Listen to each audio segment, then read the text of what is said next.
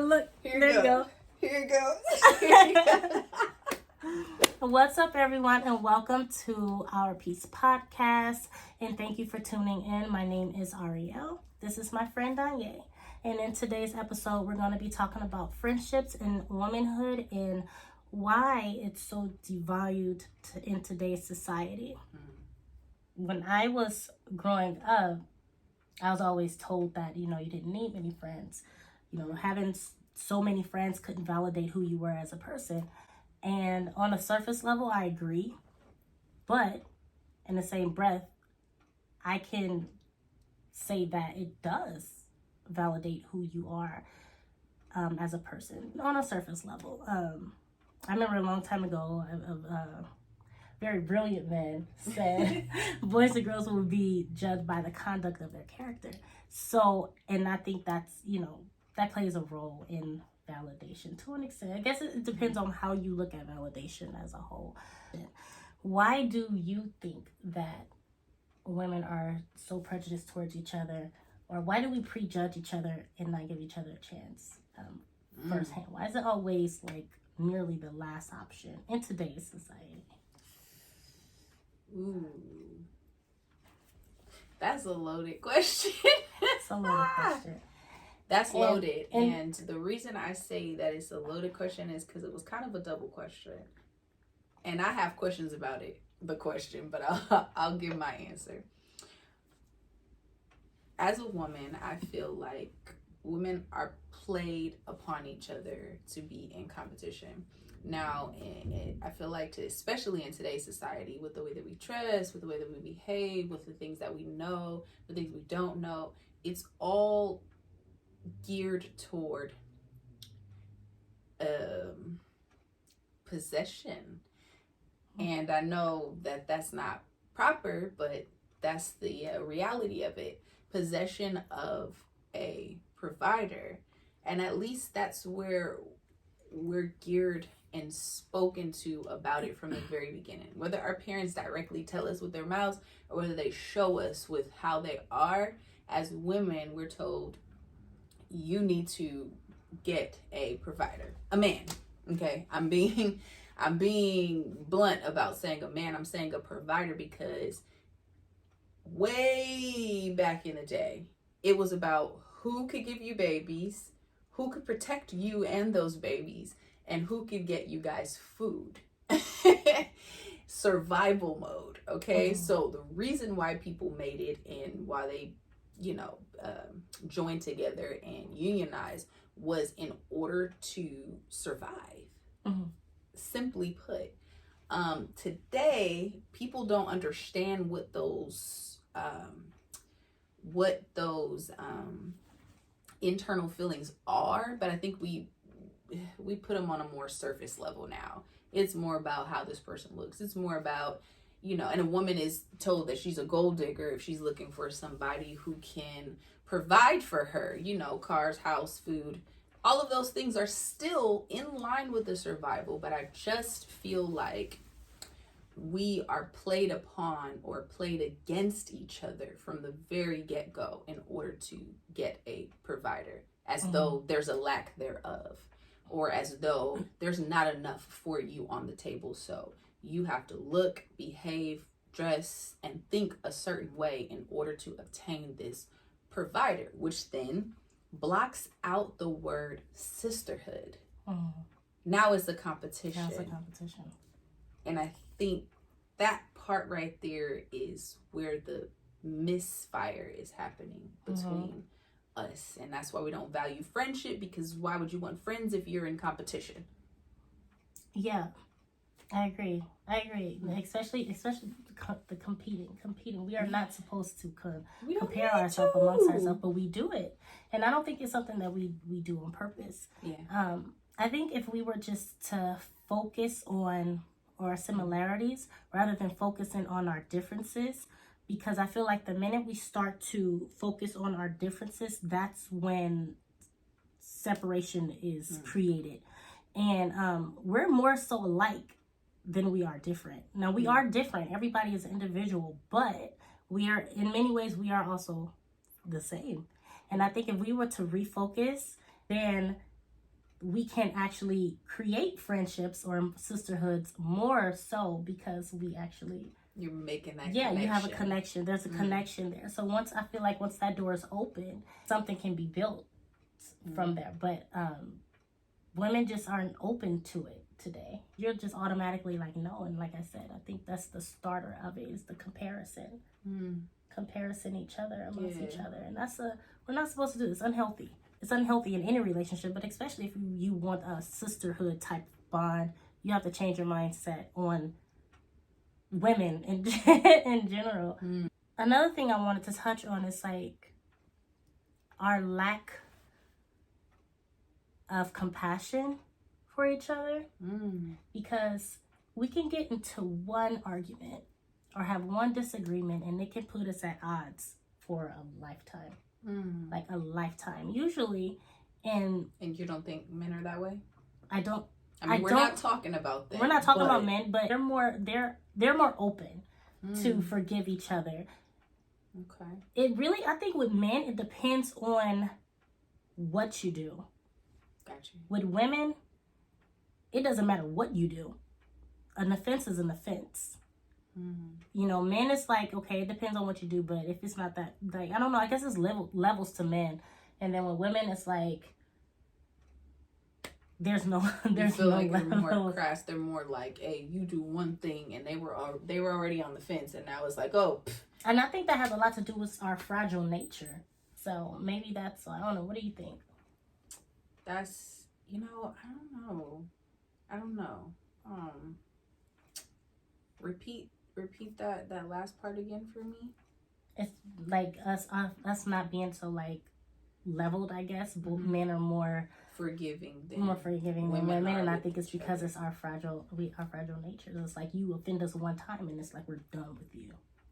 Almost, in a way. Dang. And it doesn't matter what you do. That's hard. You can not necessarily do anything. You can just say something wrong way, and then they'll say, she got at me wrong or something. She got at me. I mean, okay. Well, to jump in on that part, I would say that. But you know what though? We're not comparing men to women, but I have to talk about this because men and women do handle things differently. But men are also in competition with one another, so it's not just a woman thing. But I want to piggyback on what you said about our fragile nature and us being more emotion-based creatures. So where, like you said, it's one thing, and if it ticks you off or it hits you a certain way, oh, they got at you, right? Or they did this, or and you're more likely to shut down than you are to say, hey, let's have a conversation, sister. What's going on with us? Why are we feeling like this? Why is it going this way? How can we fix it? Can it be fixed? Right.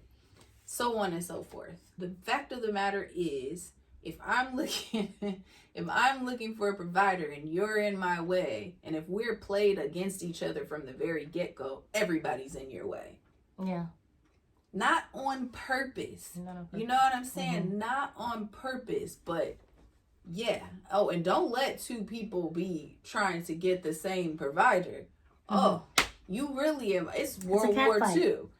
World War III. It's a cat fight. Yeah. And so that's hard. That in itself, if you're thinking that someone is your competition, or if you're thinking that someone's in the way, that's a rough start to want to embrace them, to want to forgive them for their shortcomings, to want to see the likeness within them that's within you. I also think that it has a lot to do with a lack of self-respect and a lack of knowledge of self in womanhood. Because if I don't understand myself, how am I reaching out to try and understand you? You get what I'm saying? Usually you're not interested. How can I not compare, but how can I look at you with compassion as a sister and recognize what you're going through if I don't know or have that same compassion for my own self? So I think it starts with self. It all starts with self, right? Mm-hmm. It's funny you said that because I remember you were like, I don't want to make this about men, but I have to. And just what you said is what a lot of men say, but just in a different way. Like they'll say, you want me to respect you, but you don't respect yourself. You've heard men say that before. And so it's the same thing with sisterhood. It's like, you want me to have this level of compassion, this understanding, but you don't even have it for yourself, or you to even, how could you possibly lend that to me? Right. If, you can't even do it for yourself. Right. Damn. Yeah.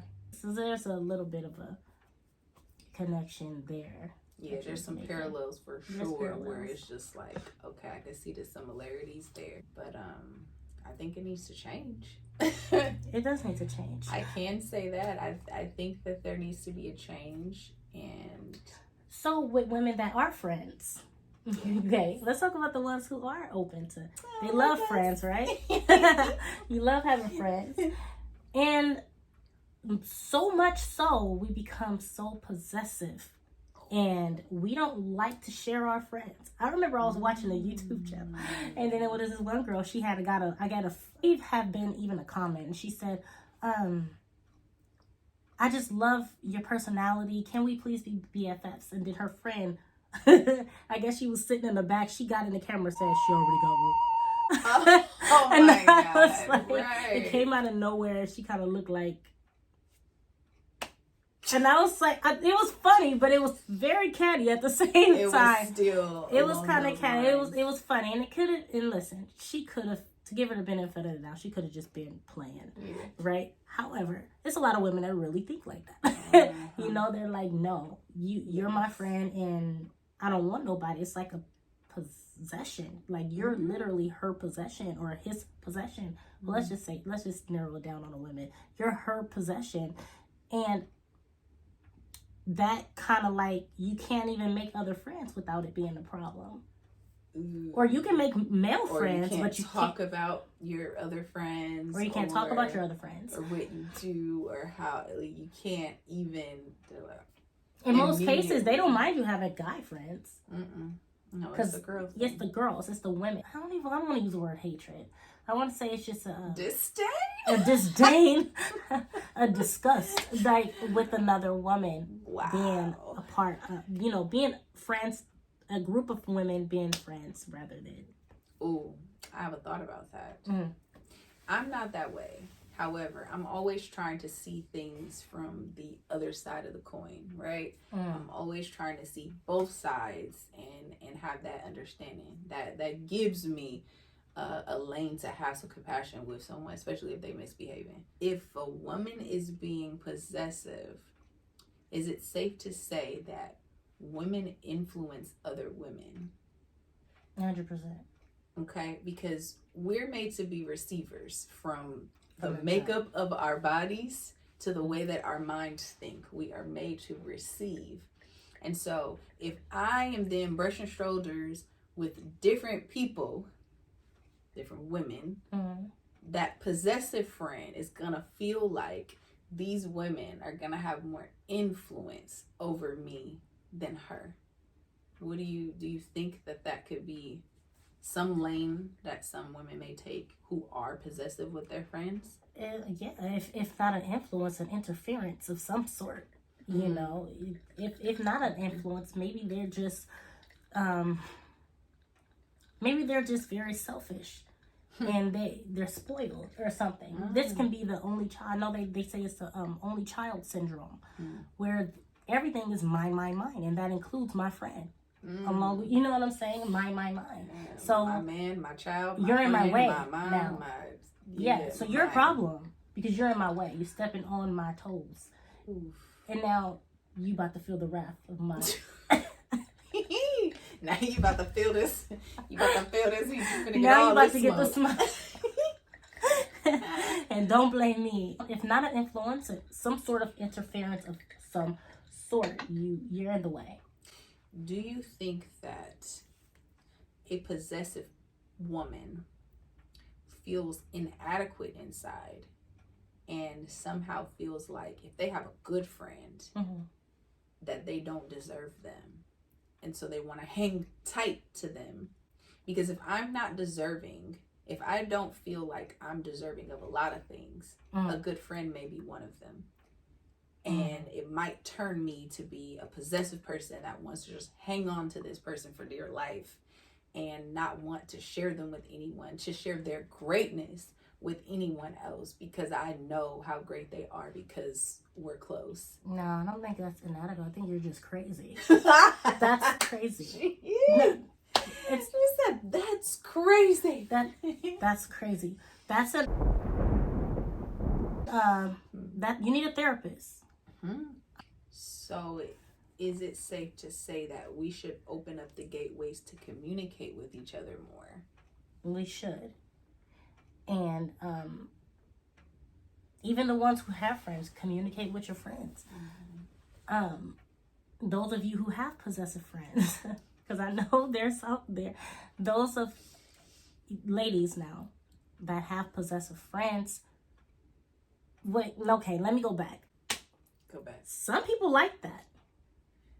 The ones on the not the possessor, but the one that's being possessed. Or is that the right? To be. Yeah, some people desire it, and they kind of like they feed off of that energy. It's like an ego. Yeah. So it's like, oh, they don't want me to be around nobody. They use it to their advantage. They're so. Women, why are we so childish? Why are we so petty? Not petty.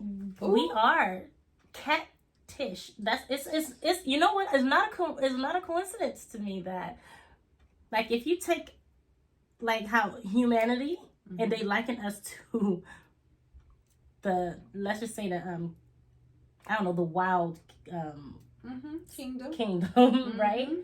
We're the same way. We're no different than the female species of any kind, whether it's a lion or whatever. We're all the very same way. Territorial, possessive. It's just in our nature. Maybe that's what it, maybe I just answered the question. That's the end of the podcast. No, I'm just kidding. In your nature. So, okay. With that being said, we're talking about woman's nature, right? What's in a woman's nature. I believe that can be changed. It can be. I believe that too. I believe that type of petty catty behavior is a lack of being an adult, growing up properly. And it's a lack of that shit just going unchecked. Who gonna check you? You know what I'm saying? People who gonna listen. Some people need to be checked. It would make their life better, and they don't even know it. They don't even have that knowledge that. And if it's not another person, maybe it's within your head. So, for example, if you're doing journaling and shadow work, I know I spoke about this in the last episode. Doing journaling and shadow work allows me to pause before I spaz out. Right? Yes. So if somebody says something to me, I'll wait a second and think about how I should say that before it leaves my mouth. Because you hear things twice, or however many times, but for the most part, you hear things twice. You hear it here first, and then you say it. But if you hear it here, filter it through a new filter. That's a skill.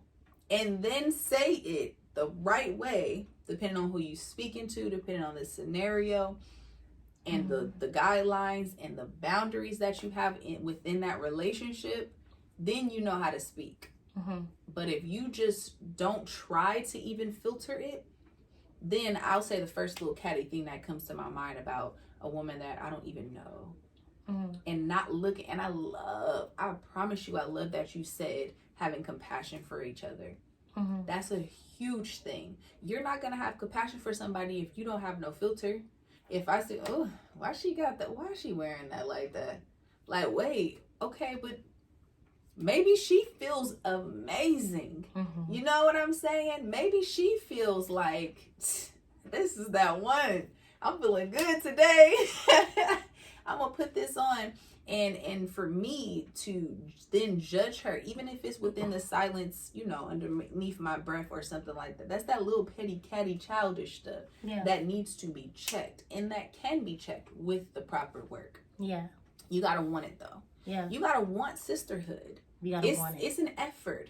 It takes work. You know what I'm saying? Like for us, we've been friends for how many years? Well over 20 for sure. Not gonna. Well over 20. I don't even know that. That's insane. And you know what? It's well worth the effort for me. Mm-hmm. I feel like it takes effort to plan out things. Oh, what's going on? Can we do this? When you got some free time? When can we? All of that takes effort. It takes effort to check up on one another when you also may not have things going so well for yourself. All of those are little efforts that it takes to have a sisterhood. It takes effort. And if you're too busy doing a bunch of other things, I think you ain't gonna put in that effort for it. You gotta want it though.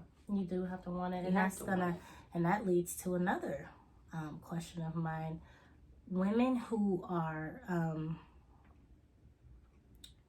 hard to be around or hard to get along with, who are hard to please, goes back to the very beginning of the video when I said friends. I was told, friends don't validate you, and that was coming from a source that was very hard to get along with, who struggled with keeping friends herself, who struggled with, just agreeing, just was not agreeable on any level. Okay, remember when you told me, if I had to describe you in one word, you said that word for me will be joy. And I said, dope. Like, because you was like, you're a joy to be around. You're not, like, I'm not a burden. Like, my presence is not something that you're like, oh God, here she comes. Well, here she comes. What's going to be today? You know what I'm saying? It was more like, it was a delight to be in my presence. And that was such a nice compliment, by the way. Thank you. And so I was like, I never forgot it. True. And that's another thing. When you say kind words to people, you'll be surprised how much of an impact it can have on them. She said this years ago. And I still remember, and I hold on to it because I was like, you know what? I want to be a joy in people's image. I don't want people to be like, here she come. Oh, God, get your prayer oil out. You know what I mean? I don't want people to be like that with me. Gotta pray or anoint the house when I come over, or something like that. Yeah. That's kind of strange. And yes, you attract more bees with honey than you do with vinegar. So I think that the first step... the first step is you actually wanting the sisterhood, and then you actively trying to get that sisterhood, right? I don't mean grabbing onto people and creating unhealthy relationships and hanging on to them and being possessive. No, I mean by actually being the friends that you want to have. Yeah. So if I find that I'm impatient, I find that I lack discipline when it comes to time and other people's time, then I had to correct those things and make room for someone in my life, like a friend or a sister who won't put up with any of that. And so if I meet her, she's going to see that in me already. The same goes if you're looking for a partner, right? But we're talking about sisterhood. And so with that, I think I need to become the friends that I want to have. That is so good. Be the friend you want to attract. Be the people or the person that you want to attract. Yeah. That's a gem. Let's go mining, girl. Let's go mining. No, seriously, that's wise counsel. Yeah. You can become the a product of your environment or something like that. So I'm not always around a person who behaves in a way that I don't too much like. But I'm still going over there I'm still making time for this person eventually. Their characteristics and some of their ways are going to rub off on me. And by the time you realize, you're going to be like, where did this come from? Like, who the heck are you? And when did you walk in? You know what I'm saying? You start to not even recognize yourself anymore. And you're like, well, what?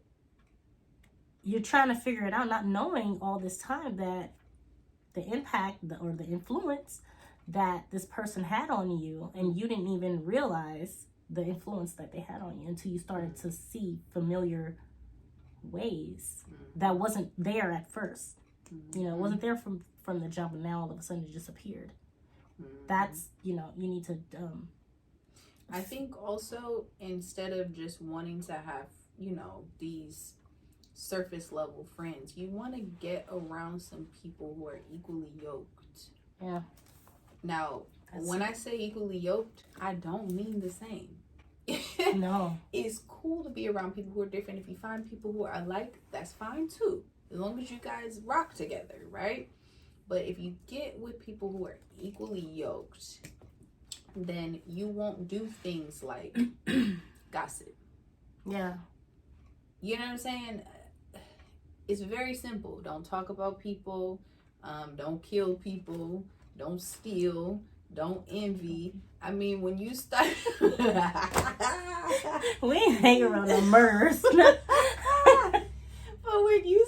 You'd be surprised who you hanging around, right? When you're not filtering out these things. But you want to go by the basic principles. And if you look at those, you will find those same principles in a woman. If you go out open. I remember... can I have a story time real quick? A little scenario.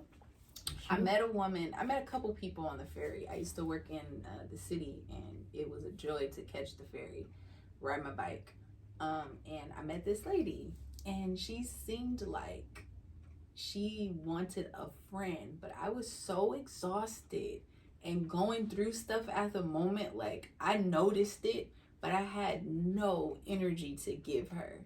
And the scenario goes like this. Beautiful woman, hair was beautiful. I complimented her on her hair.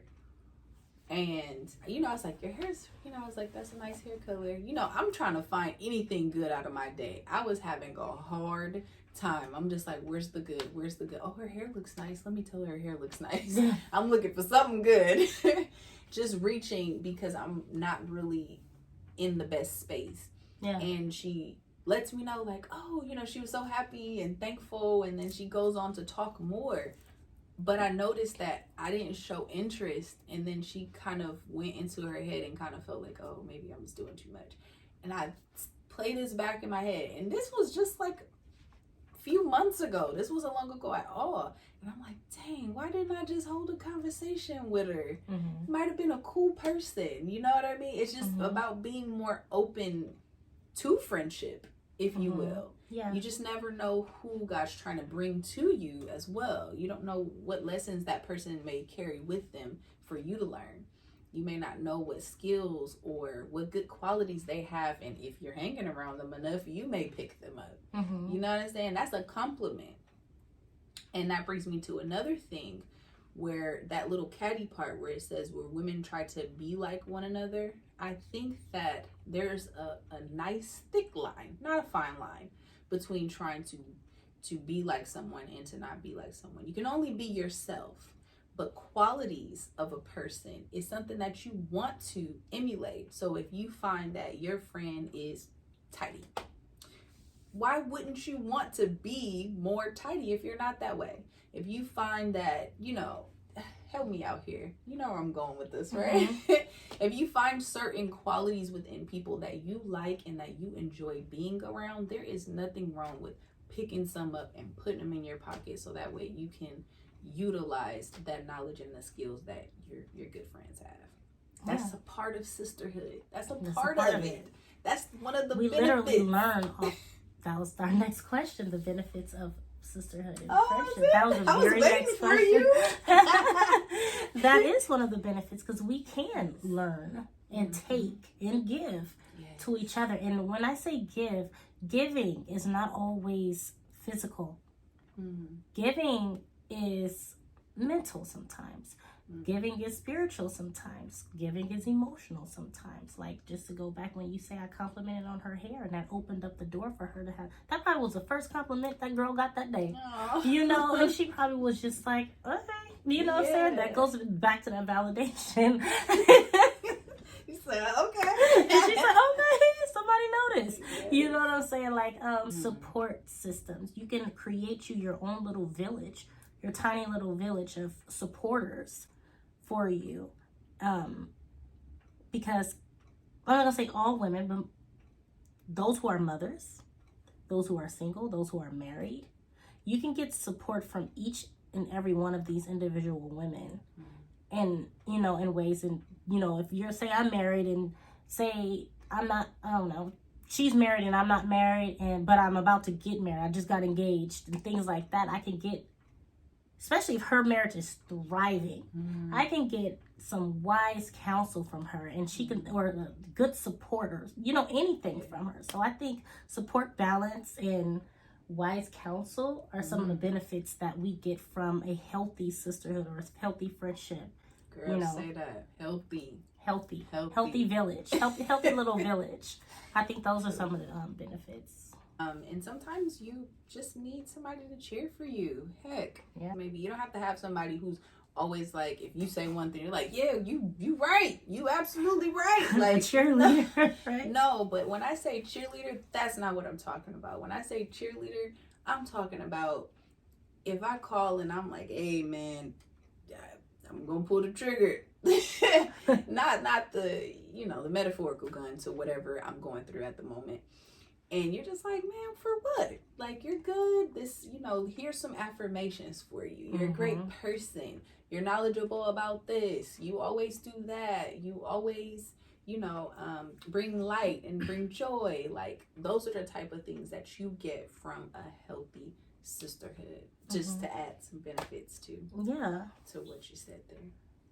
Yeah, sisterhood is like life insurance. In a way, it's like life insurance. When the Lord said it's not good for man to be alone, he was not only speaking from the male man. He wasn't only speaking from the male. He's not talking about companionship. He's talking about relationships of every kind. Man should not, because not everybody is going to get married in the world. Not everybody is meant to be married in the world. Not everybody is meant to even have a boyfriend, girlfriend, whatever. But we are meant to have each other. That was the main thing. We were meant to have each other, be fruitful and multiply, so that we can have more to be here for each other when times get rough, when you need support, when you need a village, when you need a helping hand, when you need to be some words of encouragement, or if you need some affirmation, like she just said. We were meant for each other in general. We were created to support one another, hold each other up, and push each other through. That's what makes us strong. I was watching this movie. It's one of my favorite movies, and it's called The Rise of the Planet of the Apes. I just watched that again. Isn't that such a good movie? That's one of my favorite ones. Yeah, that's one of my favorite ones. And it's such a good movie. I noticed that he said humans destroy each other. And he said he took some little sticks, and he took one and he broke it. And it was just effortless. Boom. And then he took a bunch of sticks and he put it together, and he tried to break it, and he couldn't break the sticks because it was a bunch of them, which metaphorically meant strength. So we're strong in numbers. We take on that sisterhood mentality. It strengthens us in ways that we don't even realize. That's another benefit. So we were meant for each other, whether you want to believe it or not. So don't kick against a sister because of what she looked like. Don't kick against a sister. You're kicking yourself. You're kicking yourself, and you're hurting your daughters, you know, because they have to grow up. And this sister might have a daughter that was meant to be your daughter's best friend for an event that's going to happen in the future that we have no consciousness of. But the parents are at odds, which makes the little girls hard to even build a friendship from youth into adulthood. You know what I'm saying? So it's like we have to learn how to like have compassion, be forgiving, not hold grudges, and all of those things, because we can be hurting ourselves unconsciously. We can be hurting ourselves and not even knowing that we're hurting ourselves. So yes, it is not good for men to be alone, and it is not good for women to not have friends. Get you some friends. Get you some friends. If you ain't got one, start building some. Get you some friends. And how do you get friends? Be the friend to them that you want them to be to you. Like my friend said earlier in the video. You want someone that's going to respect you. You respect people. You're going to attract what you put out. You're going to get what you put out. Mm-hmm. Now, with an exception of some people, but whatever. The exception, I think, would be someone who's looking to feed off of that. Yeah. So they may not necessarily be putting it out, but they're looking to come and take all of it. Take all of the energy and feed off of that energy.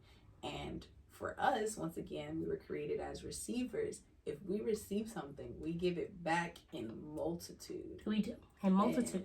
And so if we have misunderstandings, I think another pro tip, communicate. We talk. A lot. Okay? We talk.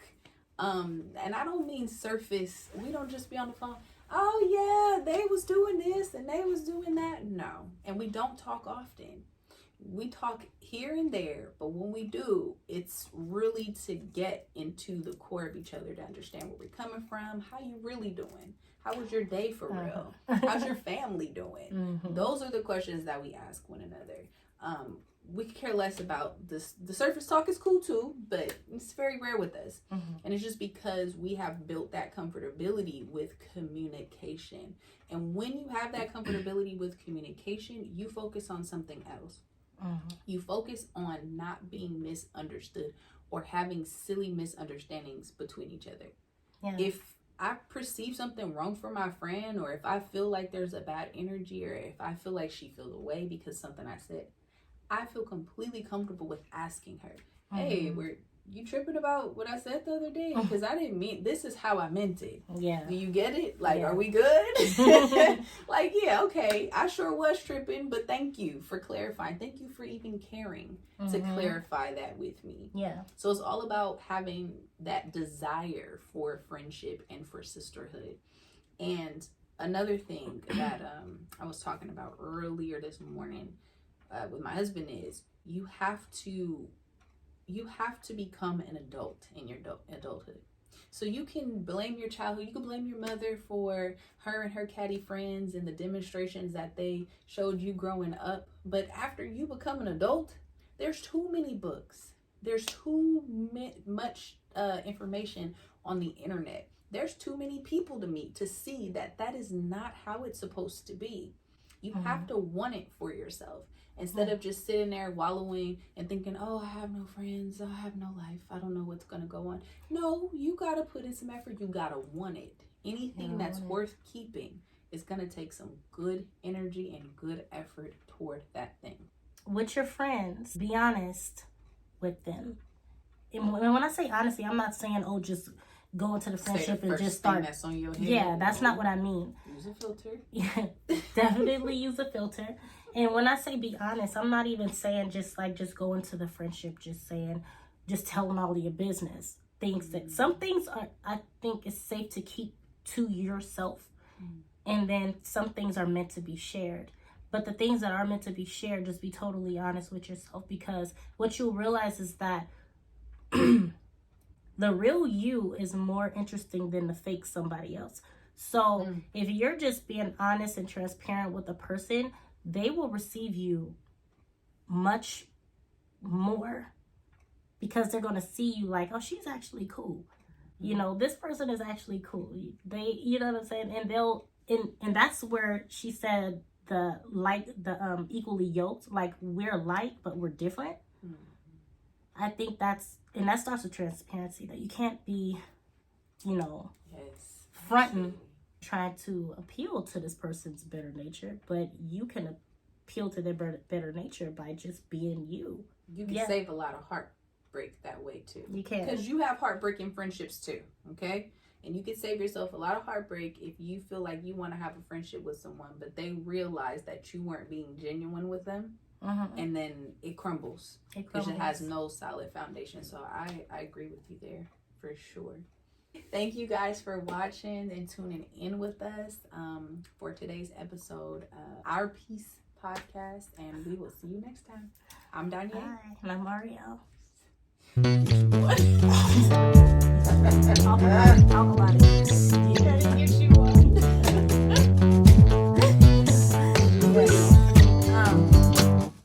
No. It's crazy. No, I agree with you. It's true, because I've actually